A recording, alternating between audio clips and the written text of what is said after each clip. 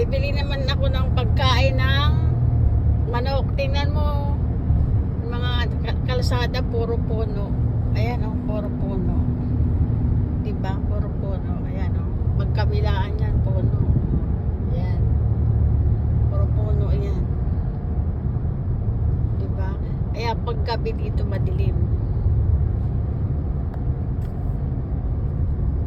Ayan. Walang sasakyan. Ang mga bahay, layo-layo sila. Ano, layo-layo ang bahay nila. Pero malalaki sila. Ayan. Layo-layo lang. Ayan po. Bahay, layo-layo.